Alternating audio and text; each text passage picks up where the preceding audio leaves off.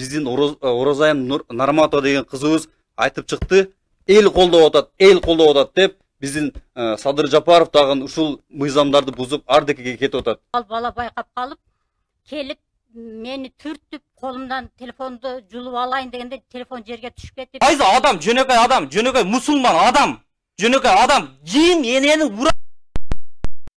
Силе Оразайым кайрылуу жасаганда кайрылуу жасайт белеңер, жасабайт белеңер, энеңер болгондо.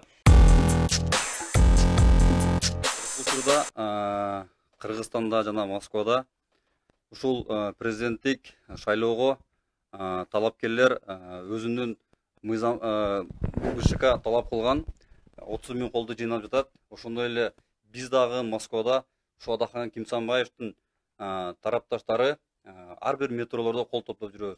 Ошолордун ичинде эле биздин эжелерибиз, мисалы, ушу эжелерибиз кол топтоп жүргөндө каяктан Садыр Жапаровдун колдоочуларыбы, кимдин колдоочулары, ошолор келип эжелерин мойнунан кармап, ушундай Садырды колдогула деп, Садыр үчүн кол топтогула деп ушуларга ушундай зордук көрсөткөн. Биз, мисалы, мен өзүм апам Адахан Мадымаровду колдойт.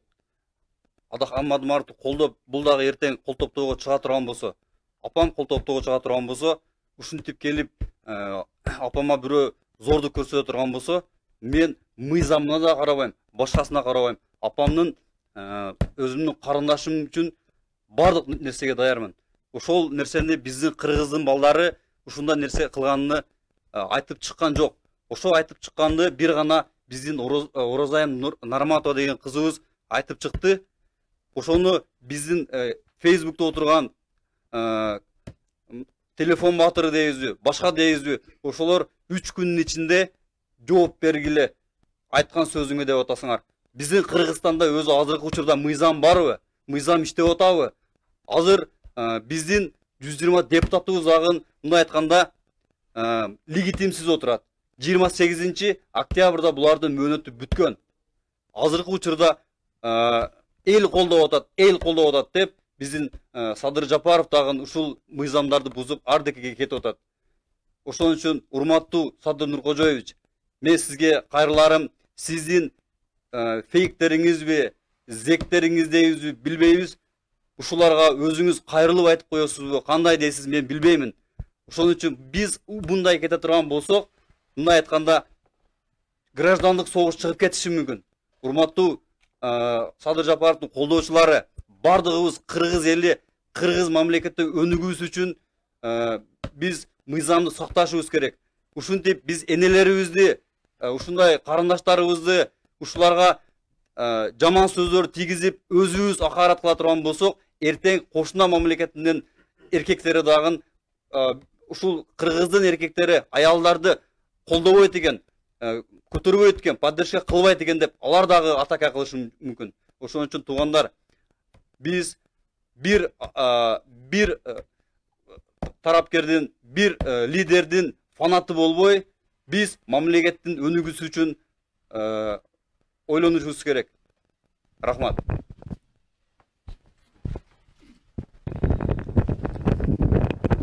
Саламатсыздарбы, кыргыз элим?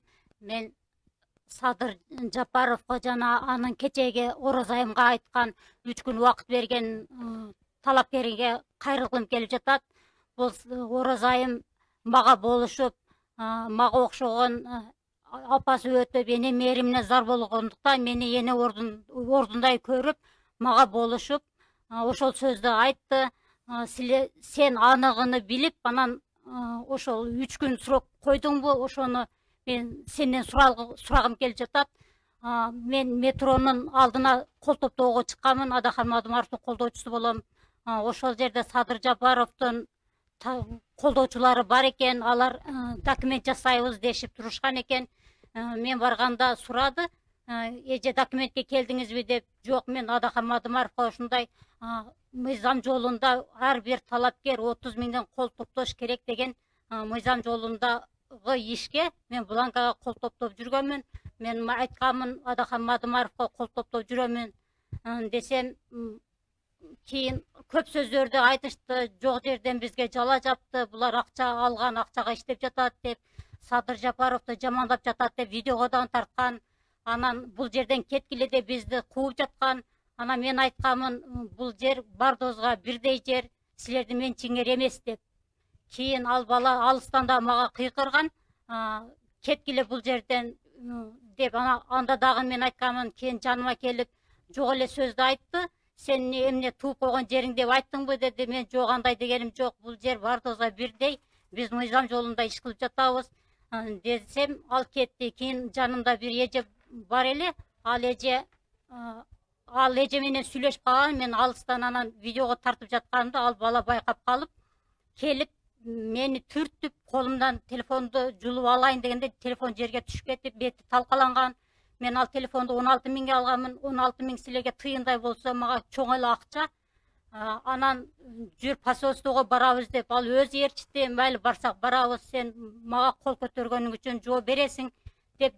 Жолда кетип жатып телефонду бербеди. Бер телефон десем, сен неге мени урушка, кол көтөрүшкө мага акың бар десем, сени качан мен урдум деп дагы желкелеп, түртмөлөп жиберди. Бирок мен жылган жок. Анан ошентип посольствого кетип жатсак, ал бала бирөө менен сүйлөшкөн, мен өз кулагым менен уктум. Булардын кылган иштери мыйзам жолундабы дегенде, телефондо бирөө мыйзам жолунда деген окшойт. Ошол жарым жолдон эле кайтып кетти. Бас посольствого барабыз, сен жооп беришиң керек десем, кулак салбай кетип калды. Анан мен андан ары дагы кол топтогону кете бергенмин, өзүмдүн ишимди кылып. Орозайым ошону көрүп, мага боору ооруп, ошол сөздү айтты. Анан Садыр Жапаровго дагы кайрылгым келет. Сиздин колдоочуларыңыз ушундай энелерге кол көтөрүп, ушундай тарбияда жүргөнбү? Ушул күнгө чейин, мисалы, мен күткөнүм жок, үмүттөн кылып күтпөймүн. Келип кечирим сурашыны ар ким өзүнүн деңгээлине жараша сүйлөйт, ар ким өзүнүн деңгээлине жараша иш тутат. Мен ошон үчүн кандай адам экенин билип, анын кечирим сурашын ушул күнгө чейин да күткөнүм жок. Бирок айтып коеюшу, Садыр Жапаровго ушу тарапташтарыңызды, колдоочуларыңызды жакшы тартипке чакырып, анан мамлекеттик башкарууга, журттун атасы болууга барышыңызды суранам.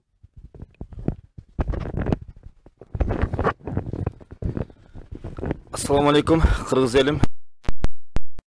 Жана башка өлкөлөрдөгү биздин кыргыз жердештер, барыңыздарды бул кечеги биздин Россия Федерациясынын Москва шаарында болуп өткөн чоң чуулгандуу окуя десек да болот. Бул жөнүндө мен барыңыздарга айта кетейин. Өтө уят, чынында. Өтө мындай арнамыссыз эркектердин кылган аракети, иш аракети. Бул баардыгыңыздарга эле тиешелүү, чыныңачы. Ушул мен айтып отурган сөзүмө да мага да тиешелүү болуп атат. Чынын айтканачы. Бул Орозайым деген бир кызыбыз, ага чейинки энелерибиз, чынын айтканачы. 50-60 жаштагы энелерибизге кайрылган бул эркекмин деп шым кийип жүргөн, мырзамын деп өзүн атаган бул уятсыздарга айта турган сөзүм. Улуу урматтуу дегенге да татыксыз Садыр Жапаров. Эгер ошончолук эле сиз чоң аттансаңыз, чоң баягы шайлоого аттансаңыз, сиз саясий жүрүш кылыңыз. Сиз бул жерде согуш эмес, жана башка жол менен эмес, черный и зеленый жол менен эмес сиз. Эгер мүмкүн болушунча сиз, эгер колуңуздан келсе, саясий жүрүш кылыңыз, только легитимдүү жана партиялык и башка мыйзамдуу жол менен гана сиз барууга тийиштүүсүз. Сиз эч качан ойлобоңуз, Кыргызстан ушул менен эле менин колумда, бардыгы эле менин колум менен гана бүтүп кетет деп. Бул нерсе жалган. Эч качан эч ким сизге ишенбейт дагы, жана бул нерсе болбойт дагы. Эгер сиз андай ой менен бараткан болсоңуз, жаңылышасыз вообще. Ошону айтарым, кечеги сизге тиешелүү бул жерде бир мырзалар чыгыптыр, мырзамын деп өзүн атагандар. Ошол боюнча айта кетейин. Силер эркек болсоңор, эгер келиле. Мен өзүм Жалал Абад областынын Алабыка районунан болом. Атым Нурбек, фамилиям Кайназаров. Мына ушул Адахан Мадымаровдун штабында иштейм мен өзүмчү. Канча жылдан бери, 2006 жылдан бери мен Адахан Мадымаровду колдоп келем, дагы да колдой берем. Өмүрүм өткөнчө.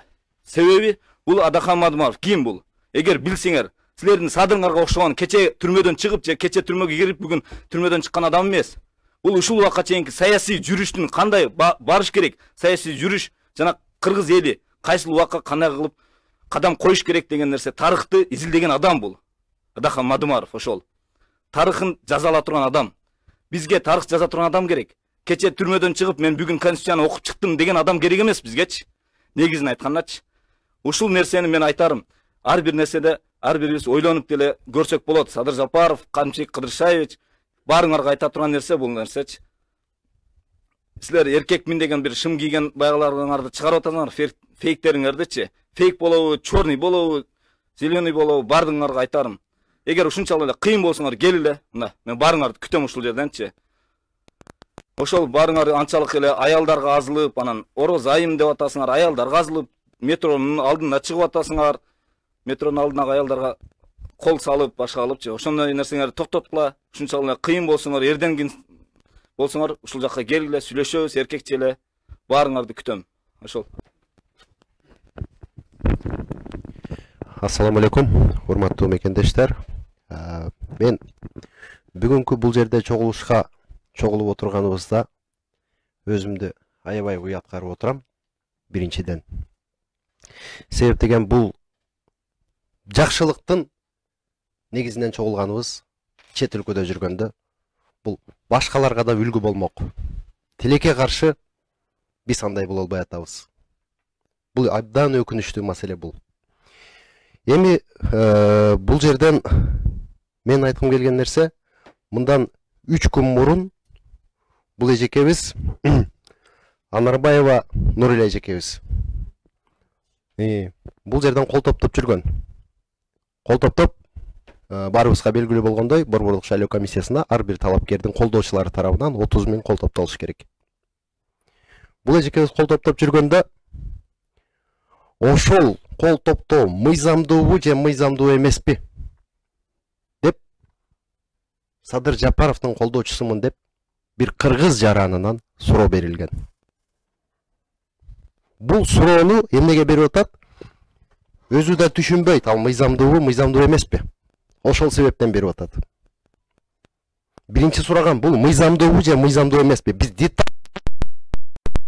окуя кандай болду, кайсыл жерде болду, саат канчада болду? Бүт барын сурап чыктык. Жыйынтыгында бул эжеге биз айттык, арыз жазып коюңуз деп. Арыз жазыңыз деп. Жок, энелик мээрим бар да. Ушул жерде Кыргызстанда да отурган энелер бар. Бул жака балдарын жиберип коюп, аман эсен таап, акча таппаса аман эсен койсун, аман эсен келсин деп. Ошол энелер катары эле энедин мээрим бар. Бул эжекебиз арыз жазбай койду. Ушул жердеги МВДнын Кыргызстан МВДнын кызматкерлерине да мен телефон чалып кайрылдым. Эмне кылалык деген суроо менен. Алар дагы ушундай сунуш беришти.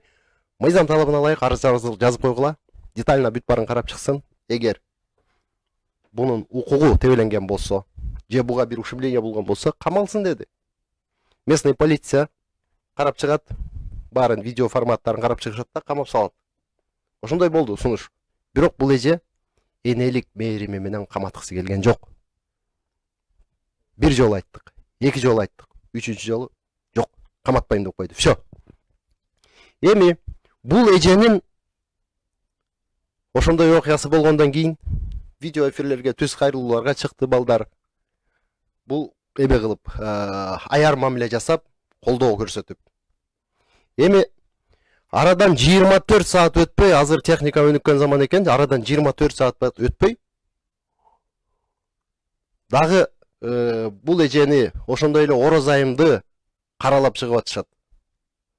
Бул эжеге мен бул жерде айтып атканым себеби, уялып атам дегеним себеби, биз ушул эжеге эркектер колдоо көрсөтүшүбүз керек болчу.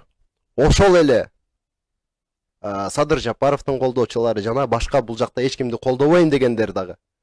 Себеби деген чет өлкөдө жүргөндө биз айымдарды өзүбүз колдобосок, башка ким колдойт?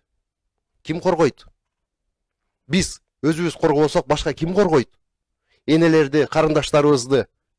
Эгер биз намыстуу болсок, ушулар үйдө отурат эле энелер. Ушул жерде барбы эркектер? Мына бул эне балдарына ысыкынан жаап үйүндө отурат болчу. Тилекке каршы.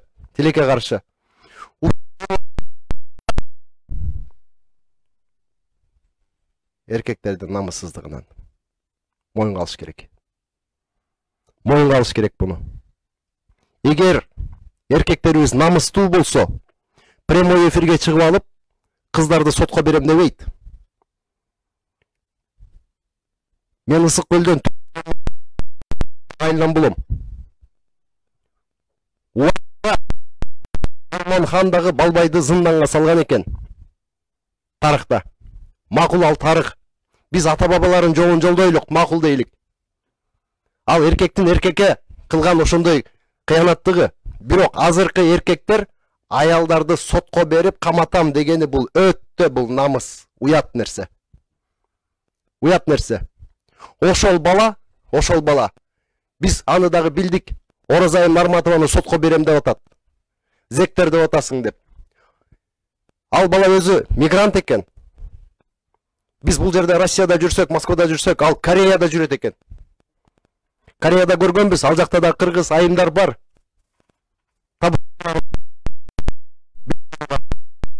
Капуста терип, пияз терип жүрүшөт. Эгер биз намыстуу болсок, ошол жактагы Кореядагы Оразайымды каматам деген жигит намыстуу болсо, ошол энелер ал жакта Кореяда полиода эмес, үйүндө отурмак. Ошол жигитке ушул түз эфирден кайрылгым келет. Оразайым Нарматова мен макул эмесмин деген кыймылда кол топтоп жүргөндө, ошол кыймылдын 7 талабы бар. Ошол 7 талаптын эң биринчиси мөңгүлөрдүн талкаланышына макул эмесмин деп. Ошол талапта жазылып жүрөт 7 талаптын биринде. Адилетсиз соттун чечимине макул эмесмин деп. Базарда энелер сарып айда музда чылада кол топтоп жүргөндө, ал жигит интернет баатыры дагы эмес болчу.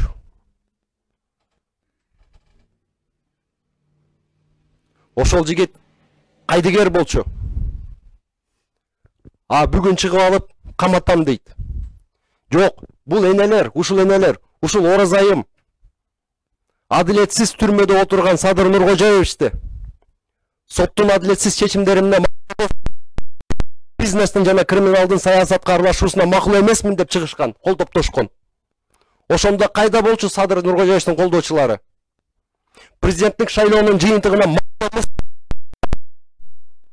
Ак үйдүн жанына 700 кишини чогултуп алып, макул эмесмин деген калем барак 21-кылымдын куралы. Калем барак. Адилеттүүлүк менен, мыйзамдуулук менен биз талап кылып атканда макул эмесмин деп. Ошондо кайда эле? Анан бүгүн келип алып, ошол кездеги Садыр Нуркожоевичке колдоо каматам дегени бул өтө уят маселе. Рахмат.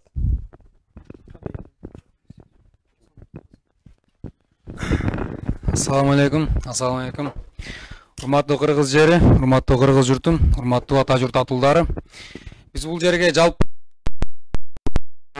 алдагы айтылып өткөн маселелердин бири бул өз элинен, өз жеринен, өз ата-энеси, өз бир туугандарынан алыс жүргөн, улгайса эне болгудай, картайса чоң балкайган байбичи болгудай энелерибизге зомбулук, зордук көрсөткөн могул жердеги Москва жергесиндеги жердештерибизге түздөн түз ушул жерде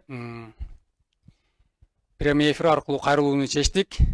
Бул жерде ошол кече жакында эле шайлоо өнөктүгүнө жараша, шайлоо процессине жараша 30 000 кол чогултуу боюнча өзүнүн жумушун таштап, өзүнүн үй бүлөсүн, өзүнүн бир туугандарын, өзүнүн уул кыздарын таштап бул жакта эмгектенип, ошонун ичинде эле өзүнүн мамлекеттик кыргыз жерине, кыргыз журтуна болгон сүйүүсү, кыргыз журтуна болгон кайдыгерсиз мамилесинин негизинде ошол келе жаткан президент шайлоого болгон өзүнүн салымын кошуу үчүн, өзүнүн жардамын кошуу үчүн ушул жерде энелерибиз, агаларыбыз, досторубуз, карындаштарыбыз метромо метро, районмо район, көчөмө көчө, жамгырга карабай, карга карабай өзүнүн кол топтоо иретиндеги иш чараларын өткөрүп аткан болчу. Ал жерде мен өзүм дагы Добрынский метро, бул Добрынский метрону жалпы эле Москва жергесиндеги кыргыз жарандарын бардыгы билет. Ал жерде посольство, консулдук бар. Ал жерде ушул эжеге зомбулук көрсөткөн ал балдардын бардыгын лицосун көрдүм. Ал балдар мага деле атырылган. А мен кеткенден бул эжелерге аябай эле опузалуу мамиле жасап, бул эжеге өзүнүн баягы эркектик намысын жоготуп ийген инсан катары мамиле жасагандыгы бул аябай эле бир маңкырчулук деңгээлиге алып келген деп мен баалайт болчумун. Ошонун катарындагы баягы кыргыз элинде кыз сайкалга Жаңыл мырза ошондой эле улуу инсандарга теңелген бир карындаштарыбыздын бири бир Орозайым карындашыбызга кече жакында бир интернет баатырыбыз өзүнүн көкүрөк кагып чыккан бир 3 күндүн ичинде сурап берем, кечирим сура деген. Биринчиден ошол агабызга, ошол мекендешибизге, ошол жердешибизге кайрыларым. Биринчиден өзүң туруп элден кечирим сура, журттан кечирим сура. Аял кишинин кечирим суратам деген инсандан мамлекетке болгон кайдыгерсиз мамилеси бул туңгуюк алып баруу үчүн дагы алып бара турган деңгээлде экенин дагы бир түшүнүп жетүүгө бир бизге аз эле убакыт калды. Ошол инсанга дагы бир жолу кайрыларым. Өзүң сыйың менен, намысың менен, эркектик намысың менен жалпы журттан, жалпы аял затынан, өзүңдүн ушул жарык ааламга алып келген энеңден, болочокто боло турган карындашыңдан кечирим сура. Ушул учурдан пайдаланып мен дагы айта кетерим, урматтуу мекендештер, урматтуу кыргыз жери, барыңарга белгилүү, барыбызга белгилүү, дагы ушул 2021 жыл 10 январда боло турган бул мамлекеттеги чечүүчү бир күндөрдүн бири болгон парламенттик, то есть президенттик шайлоо болот. Мен жалпыга айтарым, биз азыркы учурда, ушул мүнөттө, ушул саатта кыргыз журту легитимсиз өкмөт, легитимсиз парламент, легитимсиз президенттик убактылуу президенттин милдетин аткаруучу инсандардын катарында жашап атабыз. 28 октябрь 2020 жыл 6-акырылыш парламенттин күнү бүткөн, аяктаган. Алардын ушул күнгө чейинки баскан кадамы, сүйлөгөн сөзү, караган көзү, алган мыйзамы, жазган калеминдеги запастын учундагы жазылган сыягы бардыгы мыйзамсыз. Себеби БШК тарабынан кабыл алынган 20 декабрь күнү мыйзам чегинде ошол Кыргыз Республикасынын кызыл китебине жазылган 20 декабрь күнү парламенттик шайлоо болуш керек эле, аны жокко чыгартырган убактылуу өкмөт мүчөлөрүнө кайрыларым. Азыркы учурда кыргыз жарандары, кыргыз журту мыйзамсыз өлкөдө легитимсиз парламент, легитимсиз президенттин башкаруу системасында жашап атабыз. Менин жалпы кыскартып айта турган сөзүм, урматтуу мекендештер, урматтуу атуулдар, урматтуу журтташтар. Азыркы убактылуу өкмөт алып чыккан мыйзам бардыгы мыйзамсыз. Мен силерди чакырат болчум, бул мыйзамды колдоп берүүгө, кубаттап берүүгө эмес, макулдуксуз, мыйзамсыз алып келинген мыйзам катары колдоо көрсөтпөөгө чакырамын. Ошонун катарында ушул президенттикке аттанган убактылуу өкмөт мүчөлөрүнүн өкүлү Садыр Нуркожеевке кайрыларым. Урматтуу Садыр Жапаров Нуркожеевич, сизге дагы бир эскертебиз, жалпы кыргыз журту, жалпы кыргыз атуулдардын атынан. Сиз журтту, элди, өлкөнү экиге бөлүп жатасыз. Себебин айтып кетейин, себеби өзүңүз ушу 7 каналда, кандайдыр бир телеканалдарда, ушу 7 канал болуш керек, ошодо интервью берип айтып атасыз. Биз алып чыккан мыйзам бул президенттик башкаруунун эң күчтүү мыйзамы деген мааниде ошондой таризди алып чыктыңыз. Ошол мыйзамды алып чыкканыңызды айттыңыз дагы, ушул мыйзамга каршы чыккандардын бардыгы журтка, элге, Кыргызстанга душман деп. Анда санаңыз, мен дагы ошол мыйзамга каршы чыгам, анда мен сиз үчүн душманмын. Биринчиден, бул мыйзамдын кабыл алынгандыгы мыйзамсыз. Себеби бизде легитимсиз өкмөт, легитимсиз парламент, легитимсиз президент жок. Качан легитимдүү парламент шайланып келген эл тарабынан колдоого алынган президент келгенде гана мыйзам жазылат, мыйзам түрүндө гана кабыл алынат. Ошондуктан Садыр Нуркожеевич, сизге кайрыларым дагы. Өзүңүздүн колдоочуларыңызга түшүндүрмө иретинде, кыргыз тилинде жана орус тилинде түшүндүрмө берип, өзүңүздүн колдоочуларыңызды бир тартипке келтирип коюңузду мен абдан суранат болчумун. Себеби аял киши, эркек кишинин айырмасына барбаган айрым бир айбандар интернет тармагында өзүңүздүн баягы бир сөзүңүздөн карманган болчумун. фейк аккаунттар боюнча, фейк аккаунттардын бардыгы сиздин өзүңүздүн жардамыңыз менен күчкө туруп бутка турган инсандар. Мага жеткен маалыматтар боюнча Бишкектеги канча интернет онлайн клубтар болсо, ошолордун бардыгында сиздин ошол баягы троллдоруңуз, ошол баягы президентке аттанган атуулдарды каралоо максатында, элге, журтка жаман көрсөтүү максатында гана пайдаланып атканыңызды, ошол эле инсандарды сиз курал катары пайдаланып атканыңызды эстен чыгарбаңыз. Кыргыз Республикасынын мыйзамында жазылган ар бир жаран, ар бир атул өзүнүн жеке укугу менен, жеке мыйзам чегинде гана Кыргыз Республикасына жашоого укуктуу деген. Азыркы силер алып аткан, силер кабыл алган мыйзам бул легитимсиз, мыйзамсыз. Жалпы журтка кайрыларым бул мыйзамды кабыл албоого, колдоо көрсөтпөөгө мен чакырамын. Себеби бизде легитимдүү парламент, легитимдүү президент жок.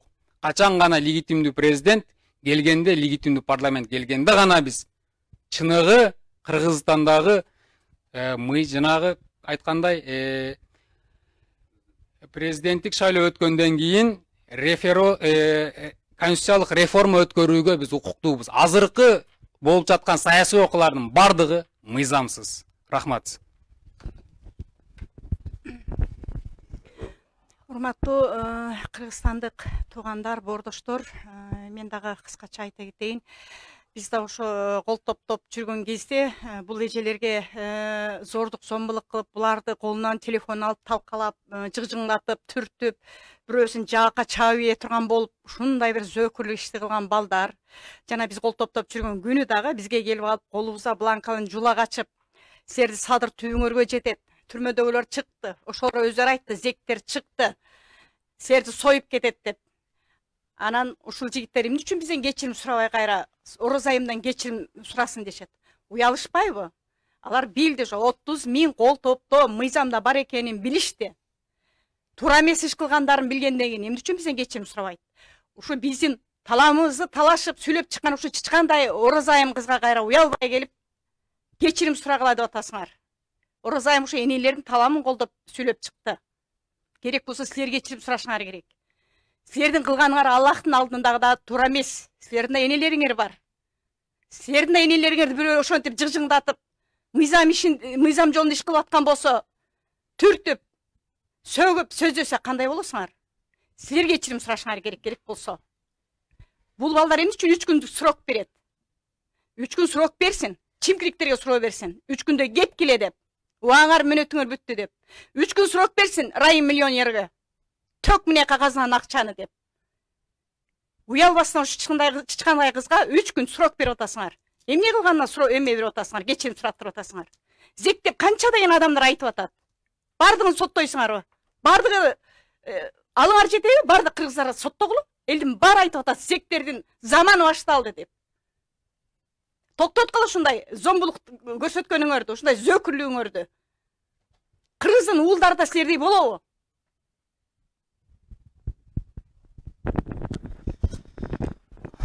Assalamu alaikum урматтуу жердештер, урматтуу достор, урматтуу колу кошуна, тууган урук, баарыңыздарга салам. Биз бүгүн бул жерге эмнеге чогулдук, эмне максат менен чогулдук? Ошону мен ошол нерселердин башында болгон адам катары, ошону көргөн катары айтып өтүп кетпесем болбой калды. Бул кечеги айткан зек деген сөз каяктан чыкты, ошол боюнча да айтып кетпесем болбой калды. Биринчи могу жерде мени тааныган болсоңуздар, айтасыздар, мен биринчи Бакайга кайрылуу жасагам. Ошол кайрылуунун жыйынтыгы чыкпай калган кесебеттен ушул болуп атат да. Бакай чыкты да могу жерде сен эрге тийишиң керек деп бирөөнүн кызын шылдыңдап каткырды, күлдү. Бир эркек чыгып бирөөнү бир нерсе деп койбодуң ошол жердечи. Анын артынан келип биз отурдук, кайрылуу жасадык колдон келишинче. Ошентип жүрсөм мага кайсы күн болду сиздерге? Ошол күнү мага звонок, обедте звондашты обедте эле. Мен алыс элем. Срочно Добрынский метрого балдар келиш керек. Ошондой ызчуу болуп атат депчи. Мен келгенимде уже балдар кетип калган экен. Ал жерде келсе мына жерде мына эже бар экен. Мына менин жанымда отурат эже. Бул эже бар экен, бул эженин жанында дагы бир аял бар эле. Бул аялды барып сурадым, эмне болду десем, телефон талкаланган. Эженин өңү боз, жанында бир эже отурат. Эмне болду десем, айта албады. Жүрүңүздөр анда офиске келейик, ушул жака штабка барайлык деп. Штабка келдик. Келдим, мына жерде канча ызычуу болду. Эмне болду десе, камера жакшы телефон сынган менен талкаланып кеткен экен. Камерасы бар экен да. Бул ал жерде метродан чыккан жерде Добрынскийде камера турат, ал жерде дагы. Ал жерде бул эжелерге кол чогултуп атканда, албада келип, силер мыйзамсыз жана кылтасыңар, силер Садырга каршы чыгып атасыңар, Жапаровга каршы чыктыңар деп буларга азылган. Ишо ал жерде адамдар келип кол коюп берген, кол койдурбастан бир-бирден жетелеп нара алып кеткен. А бул эжелер эптеп кол койгондор болгон ал жердечи. А бул эжеден жини келет да, видео тартат, ушундай болуп атат. Биз мыйзам жегенде кол чогултуп атсак, булар бизге каршы чыгып ушундай кылтат деп видео тартканда бул эжени көрүп калат. Ал баланын жүзү турат, ал баланын видеодо турат.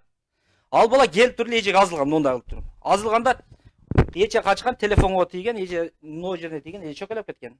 Телефон талкаланган мейли. Бул жерде бул эженин аял киши экен, кармай ойлогойм, но жерден кармап туруп сүдүрөп кеткен баягы балачы, ал видеодо. Эми мен мына видеону көрүп аткандарга айтарым, мына видеону мен досторум дагы көрүп атат, мен туугандарым дагы көрүп атат, Кыргыздын аксакалы дагы жашы дагы көрүп атса айтам. Ошол жерде сенин энеңи мен сен энең уруп жыгылгандан кийин сүдүрөсөм, эмне кыласың? Кайрылуу жасайсыңбы, жасабайсыңбы? Анан мен Садыр Жапаровго кайрыларым. Анан бул жерде эң жана Камчыбек Ташиевге сизге кайрылайынчы биринчи. Az бүт бийликсиздин колуңузда турат. Мындай айткандачы. Ошол жерде сиздин апаңыз болгондо жыгылганда мен сүдүрөп кетип атсам, мени эмне кыласыз? Сот коесуз, эмне кыласыз? Өлтүргөндөн кайтпайсыз. Мен дагы ошондо апам болсо мен өлтүргөндөн кайтпайм. Биринчиденчи. Анан экинчиден кечегиде бул жерде уже биз чогулбасак болбой калды. Кайра ар нерсени эле кылтат. Кечеги жерде Садыр Жапаровдун мага эң обидно болгон жери Кылыч Шанаевди айтты да. Бирок Кылыч Шанаевди айткан негизинде бул жерде Садыр Жапаровду билбейм, мен же адашып айтып бердиби, же өзүн умный сезип бердиби билбейм го, мен айткан сөзүн айттым. Ал жерде эмне деп айтты? Базымчака Кылыч Шанаев жабылсын деп бут тосуп атат деди. Ал бүтүн Кыргызстандын активдүү колдоочусу деди. Эмне обязательно бүтүн Кыргызстанга тийиштирип өтүш керек ошонун баардыгын? А кечеде келип туруп, Мадмаровга бул жак эл менен жолугушууда болгон нападение болду.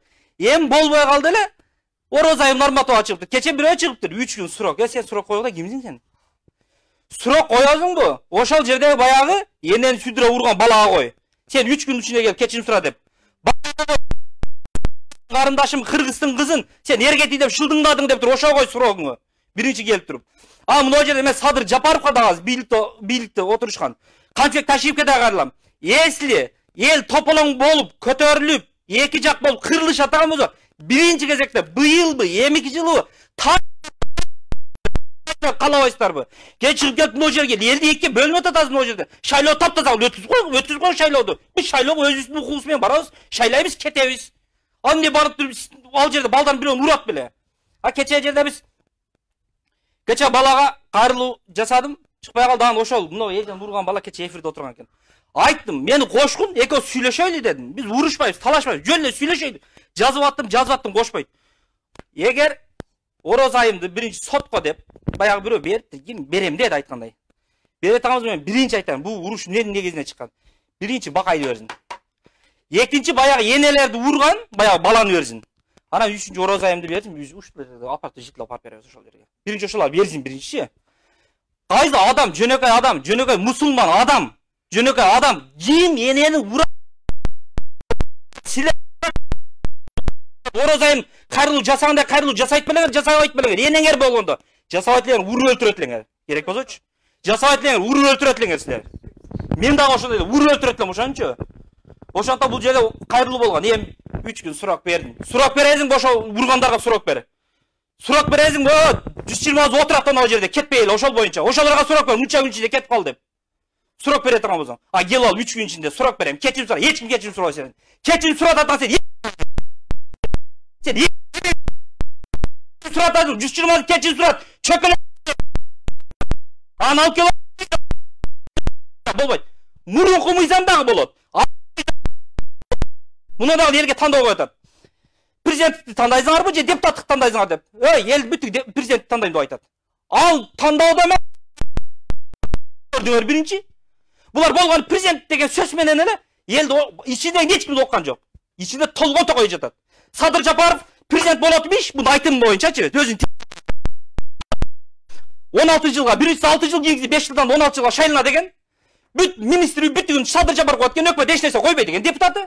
Аны оған жооп деле бербейт экен. Билесеңиз ой жооп бербейт экен. Президент мөөнөт бүтүнөн. Ушундай закон болобу?